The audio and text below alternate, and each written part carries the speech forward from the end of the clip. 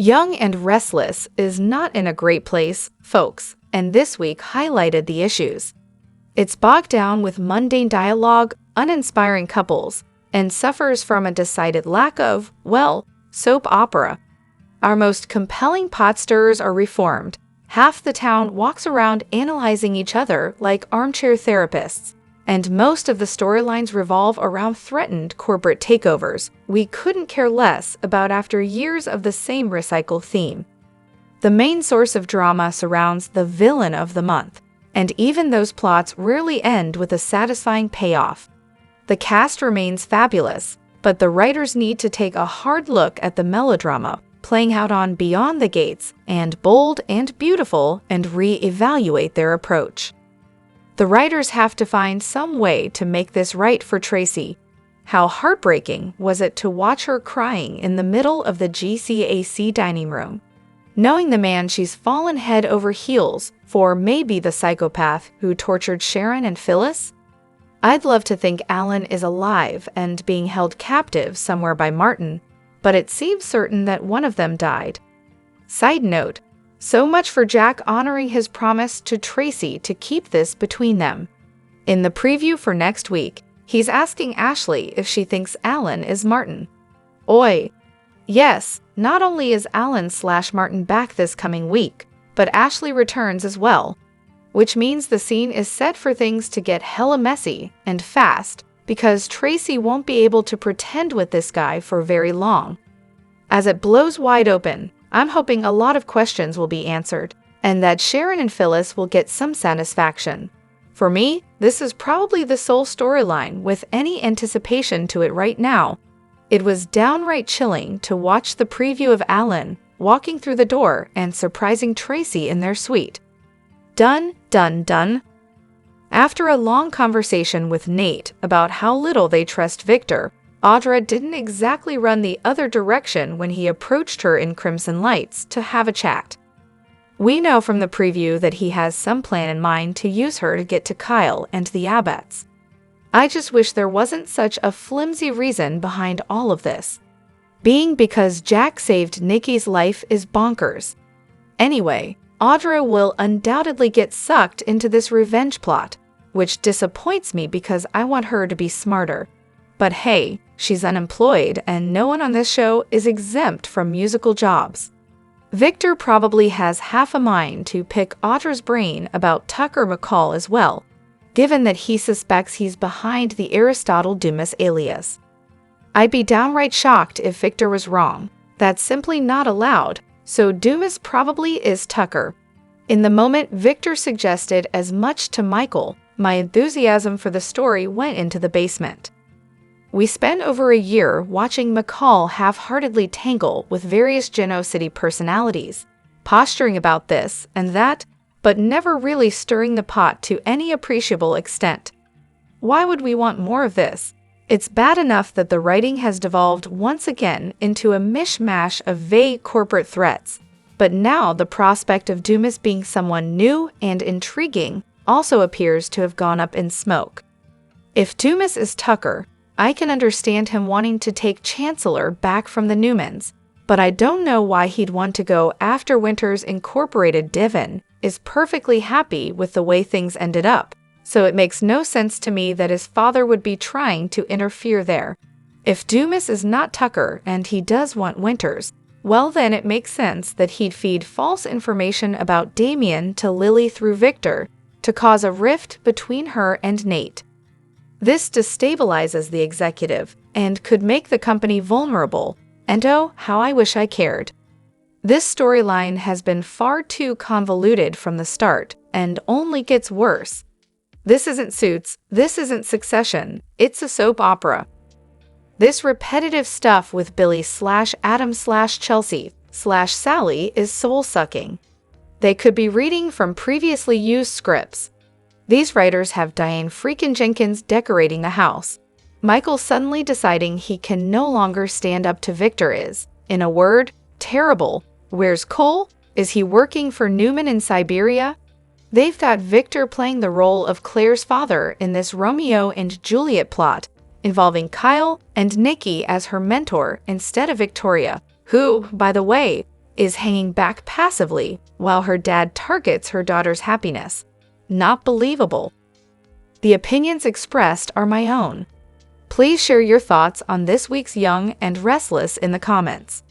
Hello everyone, welcome back to my channel, Pulse Canvas. It's me, Julie here. I hope everyone is having a wonderful day. Keep watching. So let's dive into today's video. All roads lead to AlanandSoaps.com's latest Young and Restless spoilers for Monday, April 7 through Friday, April 11. While Tracy boldly interrogates the bat-guana crazy shrink, Sharon and Phyllis team up to seek retribution for his torture of them. In other developments, Ashley comes home to Genoa City, Audra stares down temptation, and a couple of exes close the book on their relationship. Get the details on these teasers and more below. Leafing to a fresh page in his scheme-a-day calendar, Victor reveals a new plan of attack. We wouldn't want to be in Alan's shoes when Phyllis and Sharon learn new information about their kidnapper. In fact, maybe he should use those shoes to start running now. Seems like ages ago that they split up, but only now does Chance find closure with Summer. Restless rant. Young and Restless has issues, folks. Plus, Alan returns, Victor targets Kyle, and Dumas achieves a goal. Young and Restless spoilers for Tuesday, April 8. Ashley returns home to chaos. So, in other words, just like she left it? After the ordeal that Sharon and Phyllis were put through, they understandably want justice. Tracy makes a distress call. It doesn't happen until Tuesday, and we're worried about her already. Scrubbing in, Mark Grossman tells all about his General Hospital audition. Young and Restless spoilers for Wednesday, April 9. As Jack and Ashley fret about Tracy's safety, see, we're not the only ones. Chance uncovers shocking information. Tracy demands answers from Alan. Considering that he's a total, maybe she should start by politely requesting answers? Proving how far they've come since they were taken prisoner together, Sharon and Phyllis form a surprising alliance. Taking a break from swatting down his own children, Victor vows to punish Jack's son, Kyle. Does it bode well for Victoria and Cole's renewed relationship that she tries to learn from past mistakes? 'Cause some would say that their first marriage was one such mistake. Audra considers an offer that may turn out to be too tempting to turn down. Claire joins Kyle at Crimson Lights and they kiss. Esther walks over and says, "Oh, young love." She quickly realizes from their expressions that they haven't said the L word yet. Kyle confirms they haven't. Esther wonders what they're waiting for and urges them to just say it already. They sit and discuss how awkward that situation was, before sharing small talk about their lats and work. Claire tells him Nikki wants her to learn as much about the company as she can. Kyle asks her for dinner, and she agrees. They flirt over her whipped cream, and she asks why he's in such a good mood. At the club, Deanne pushes Tracy to open up to her about Alan. Realizing her sister-in-law feels pressured, she apologizes if she's overstepped. Tracy tells her she doesn't want to burden her with her personal problems. Diane realizes there is an issue. Tracy says she's working through it. Diane reminds her she can trust her and confide in her. Tracy sees the effort she's made to get back in the family's good graces.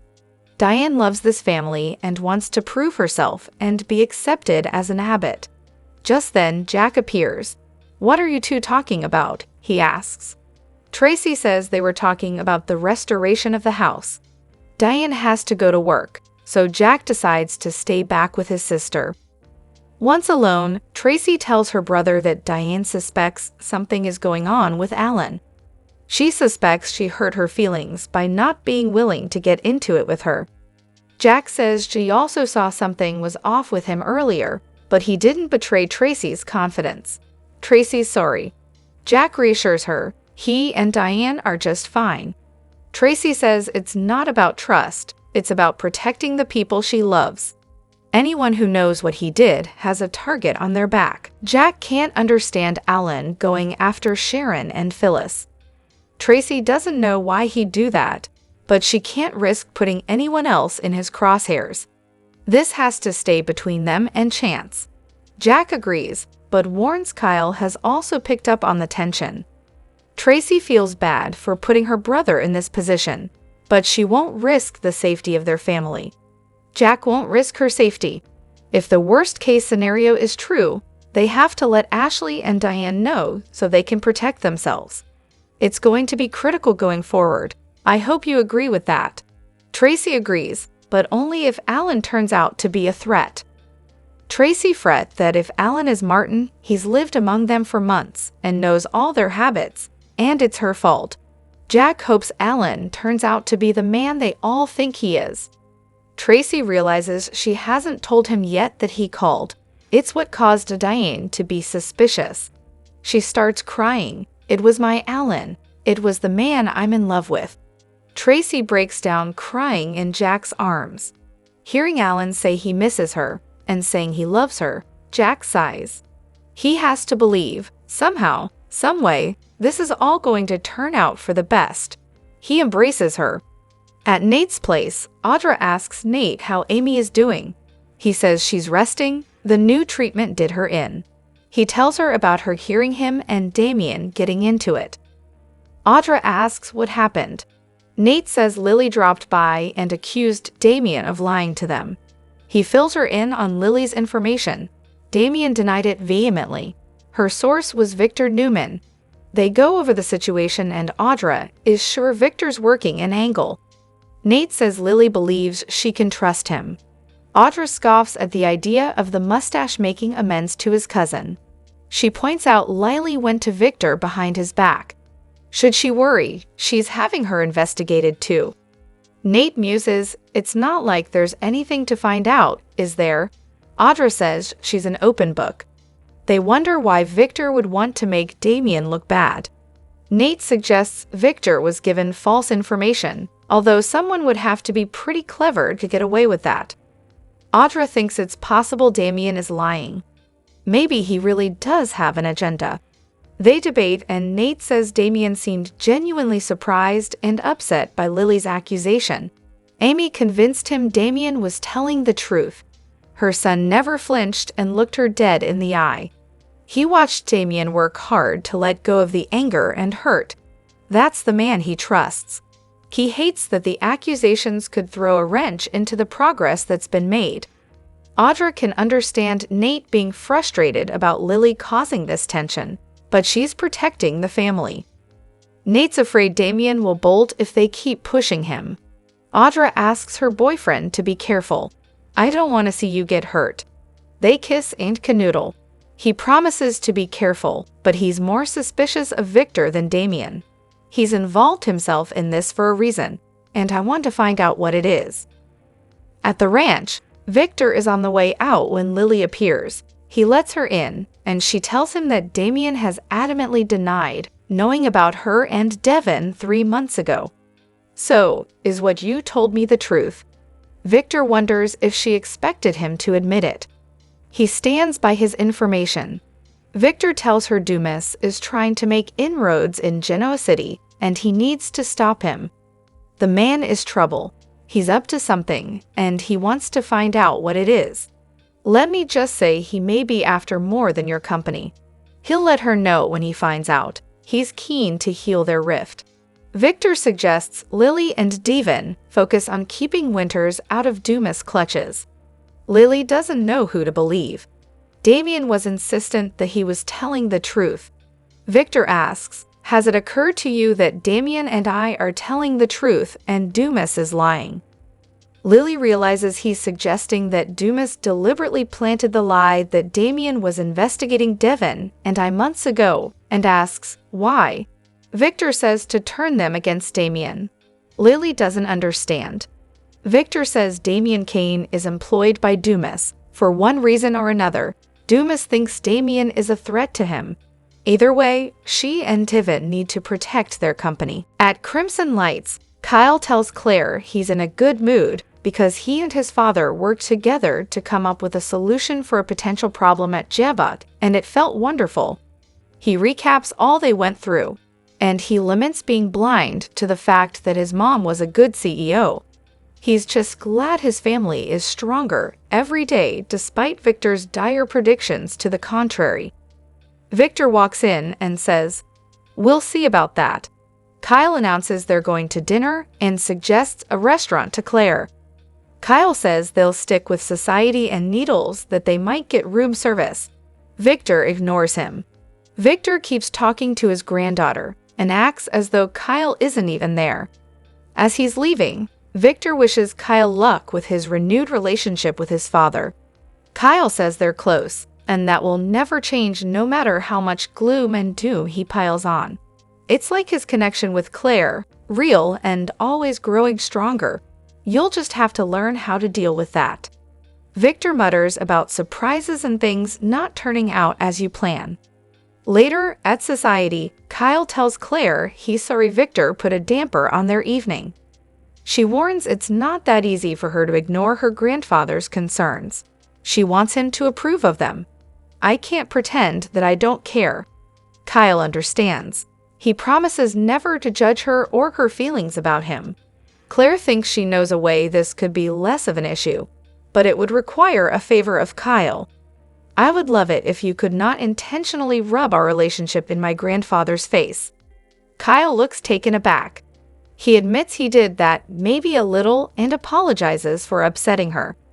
Claire hopes one day he'll see how happy they are and will support their relationship. Kyle promised to stop needling him.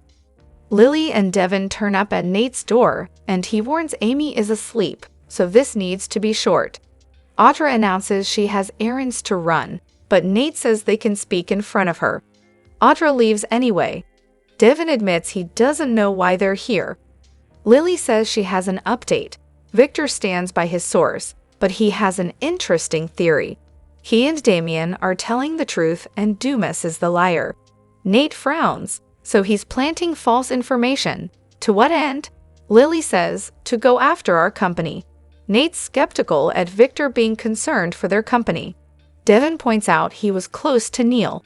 Nate says he lied and used Lily. She argues that he apologized for that. Nate still doesn't trust him. Victor will put himself first every time. Devin can't argue with that. Lily tells them Dumas reached out to Billy about Abbott Communications too. Lily and Devin point out that Damien kept quiet about his connection to Dumas, which proves they need to keep their distance from him. Nate frowns. Just like that. On the word of a man who has taken advantage of us all, we ice out my brother.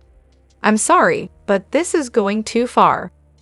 Audra walks into Crimson Lights and runs into Victor, who muses, "I'll be Audra Charles. Fancy meeting you here." He sees no reason they can't be cordial, and asks about her job prospects these days. Audra has some promising leads. Victor asks if they can sit down one day and discuss her various options. "Join me for a drink, and we'll discuss it." Back at Nate's place, he reminds his cousins that Damien is a man who just found out his mom is dying, and he has family he didn't know about. They can't keep pushing him, or they could lose him for good. He won't let that happen. Lily argues that his brother has been lying to him since day one. They can't trust him. Devin agrees there are red flags, and tells Nate he should probably slow down a bit. Nate points out they don't know what Victor's stake in all this is, and he'd trust his brother over him any day. Lily really hopes Nate's not making a mistake. The Young and the Restless spoilers for Monday, April 7, tease a breakthrough for Sharon and Phyllis as new information surfaces about their kidnapper. When Sharon and Phyllis were locked up together, it took them a while to learn to trust each other. Once they were released, they demanded to know who it was who'd locked them up. They even agreed to work together to get to the bottom of their abduction.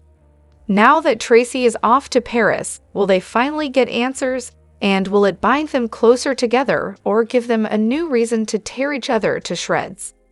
Summer resented Chance doing his job and arresting her brother when all evidence pointed to Daniel being Heather's killer. How dare he put his job, not to mention right and wrong, ahead of what Summer wants? That's not the kind of man Summer wants to be with. So she and Chance broke up, kind of. Then Summer softened. Kind of. Then Chance was involved in helping to figure out who kidnapped Summer's mom.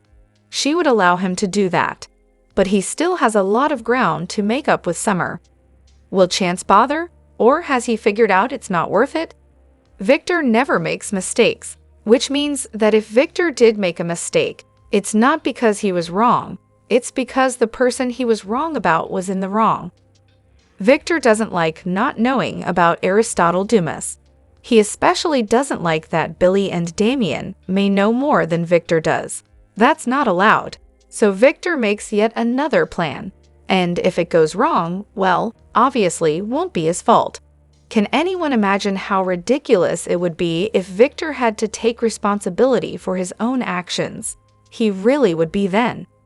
Something felt off on the April 4 episode of Young and the Restless, and no, it wasn't just the vibes at GCAC. While Diane was doing her best to comfort a clearly shaken Tracy, something eerily symbolic hung in the air. The kind of uh-oh moment soaps love to plant when a storm's about to hit.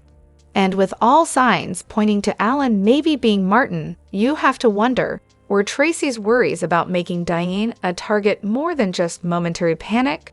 Was this foreshadowing? Let's not forget that Martin's got a pattern. He's obsessed with women who've made their fair share of enemies and questionable choices. Diane fits that bill perfectly. She's reformed, sure, but only after being presumed dead and dragging half the town through emotional whiplash. If Martin is lurking under the Alan disguise, maybe he's ready to correct one more woman who refuses to admit she's still got baggage. Let's have some fun with this.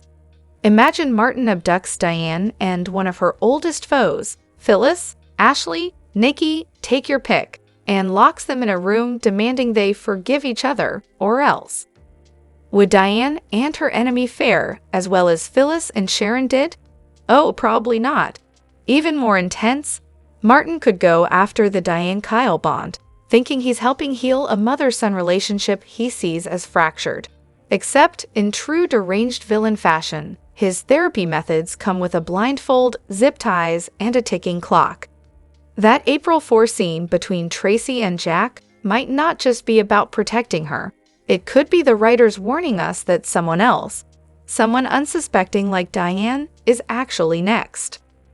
What if he isolates Diane entirely, forcing her to relive her misdeeds and try to atone while being psychologically tormented? That would be so very Martin. She could be forced to look in the mirror and truly sit with her past. Would she come out of that room a very different person? And yes, we can't rule out the darkest theory of them all. What if Diane stumbles too close to the truth and gets silenced for it? If that happens, April 4 may go down as the moment of warning before everything in the Abbott family changes forever once again. Beth Maitland recalls her most emotional demanding Y and R storyline. Beth Maitland recalls her most emotional demanding Y and R storyline. Beth Maitland has been playing Tracy for the past 42 years on The Young and the Restless. Her character has endured much heartache and trauma, but one emotional storyline had the actress giving it everything she got. Out of all the anguish Tracy's endured, none was more heartbreaking than her daughter Colleen's death. Colleen's life sadly came to an end in 2009 when she was kidnapped by Patty. Colleen managed to escape but fell into a lake. She is rescued and rushed to the hospital, where she is declared brain dead. A devastated Tracy said goodbye to her daughter, then decided to donate Colleen's heart to an injured Victor. Colleen's death remains one of Y and R's moments. Not only was it heartbreaking for viewers, but also Maitland. In an interview with Remind magazine, the actress recalls the filming the storyline. My favorite, most emotional and devastating storyline was perhaps the loss of Tracy's daughter Colleen, Maitland said. I think I cried for 30 episodes, where the tragedy just kept growing. Not only was Colleen brain dead, and they brought her in and put her on life support, but then it was revealed she was in donor, and Tracy had to start making choices about pulling the plug and delivering her that story was so demanding and such a highlight of my career. It wasn't easy, and it wasn't happy, but it was such a commitment to the job of acting and to the purpose of telling that story. Maitland has gotten to show off her incredible acting range as Tracy endures more heartache. In recent years, she lost her mother and played peacemaker during Abbott family drama. With Tracy headed for more heartbreak because of Alan/Martin's dark secret, Maitland will give another emotional performance. Find out what's in store for your Geno City favorites. The Young and the Restless spoilers for April 7 to 11 focus on a couple of returns. Ashley finally returns home just in time for Alan to arrive in Genoa City after he claimed he was in Paris. Also, Chance deals with the case and finds time to get closure. Meanwhile, Audra considers an offer from Victor Newman. Ashley returns home to chaos, which is all you need to know about the week the Abbott family is about to have. Jack and Tracy anticipate the Alan situation to come to a head since he's returning from Paris for the wedding. Or so he thinks. What Tracy really needs to do is look him in the eyes to determine whether he is who he says he is or if he's really Alan's evil twin, Martin. As the week continues, things start to get more dire. Look for Tracy to make a distress call. Should this tell us that Alan really is Martin? Later, Jack and Ashley worry about Tracy's safety. Finally, Tracy demands answers from Alan, so next week is pivotal for the Abbotts. Meanwhile, Alan Laurent will most certainly be involved in what's going on with Phyllis and Sharon. First, they learn new information about their kidnapper. Does the dynamic duo finally find out about the Alan and Martin evil twin psychological torturer angle? The two have already created a bond of sorts from their time stuck at that former psych clinic, and it has continued to develop since their rescue. Now, they're going to have to rely on each other in a big way when Sharon and Phyllis form a surprising alliance. Chance has personal and professional dealings the week of April 7. Apparently, the Chance/Summer relationship, or whatever you want to call it, is coming to an end. Look for Chance to find closure with Summer. As far as what we presume is the Alan case, the detective ends up uncovering shocking information. Does he find proof that Alan is Martin? Or maybe he finds out that Alan/Martin had an accomplice?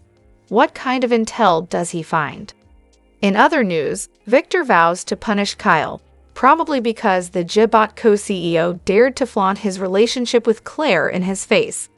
Or maybe it's because he's on to Victor's spies at Glissade. The Victor/Kyle war undoubtedly connects to Audra's circumstances. Victor and Audra ran into each other at Crimson Lights, and according to the show's next week on video preview, the two sit down for an interesting chat about Kyle and revenge. So that must be why Audra considers a tempting offer. Ordway shared a shot of herself with co-stars Brayton James and Michelle Morgan, leading Y and R fans to speculate what's happening. Melissa Ordway's long-awaited return to The Young and the Restless is here. Fans last saw her during the annual Newman Christmas party. Ordway took to social media to share a behind-the-scenes moment that has fans buzzing. Ordway shared a glamorous behind-the-scenes shot on Instagram. In the shot, she wore a white blazer paired with a white t-shirt and silver chain dangle earrings. Ordway posed in the middle of her co-stars, Brayton James and Michelle Morgan. All three of them flashed smiles at the camera. Ordway teased in the caption, "What could this trio be up to, young and restless?" Ordway revealed that she was back to filming on the soap. Last year, she made headlines when she announced that she was demoted to recurring status. Y and R fans wondered where that left Abby and Devon's love story. There's a lot of speculation about Ordway's BTS photo. Fans took to the comment section to share their thoughts. They wondered if there was a new love triangle brewing. One user wrote, "Yay, a new love triangle? Looking forward to seeing you all back together again." Could Amanda end up back in Devon's orbit? If so, will that impact his marriage to Abby? Other fans wanted to know if Morgan and Ordway were back full-time on the show.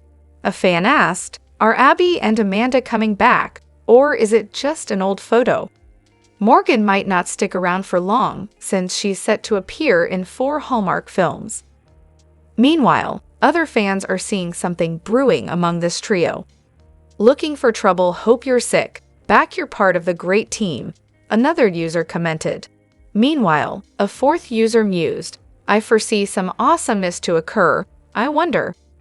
What are your thoughts on Ordway's behind-the-scenes moment with James and Morgan? What do you think will happen next? Let us know in the comment section.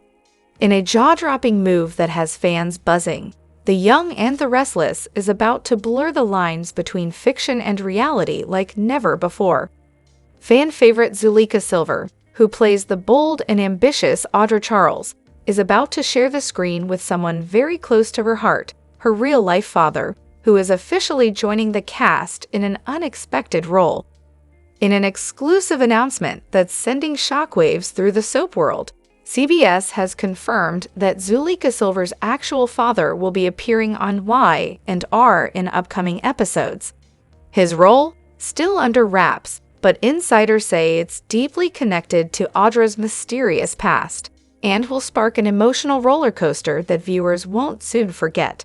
According to behind-the-scenes sources, this casting move was kept top secret for months, with the show's producers working closely with Silver to craft a storyline that feels authentic, raw, and incredibly moving.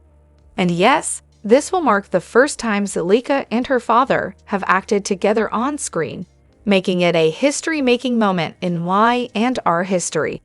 In a sneak peek of the scenes already filmed, the chemistry between the two is undeniable. Audra, typically known for her tough, no-nonsense persona, breaks down in a rare moment of vulnerability as she comes face-to-face with a man from her past, her father. What fans may not realize is that the tears, completely real. "I didn't think I'd cry," Zuleika shared in a candid interview, "but the second I saw him walk onto the set and call me Meja in that tone only he uses, I lost it. That moment was everything." Sources say the on-screen reunion is more than just a one-time emotional scene. Her father's character may play a pivotal role in Audra's future, both professionally and personally, especially as she navigates corporate warfare and love triangle drama in Genoa City. With Audra already tangled in messy relationships and high-stakes business moves, especially her involvement with Nate, her secret connection to Tucker, and a budding feud with Victoria, her father's arrival could change everything. Will he be a guiding light or another layer of deception in her life? Could he be tied to one of Genoa City's powerful families, or perhaps carry secrets that even Audra herself doesn't know? Rumors are swirling that he may have ties to Newman Enterprises, or even a shocking link to Victor himself. Soap fans are losing their minds on social media. In an era where daytime TV is constantly evolving, The Young and the Restless just delivered a powerful reminder: real emotions still win hearts. By bringing Zuleika's real-life father into the storyline, the show is embracing raw storytelling in a way that feels fresh, daring, and deeply personal. And if early reactions are anything to go by, this storyline is going to be one for the soap history books. The Young and the Restless just dropped a nuclear bombshell, and fans are reeling. In one of the most explosive twists of the year, Michael Baldwin has uncovered a jaw-dropping secret that threatens to rip Genoa City apart. Tucker McCall has been living a double life as none other than Aristotle Dumas, a mysterious international financier with ties to dangerous criminal dealings. And when Victor Newman finds out, all hell breaks loose.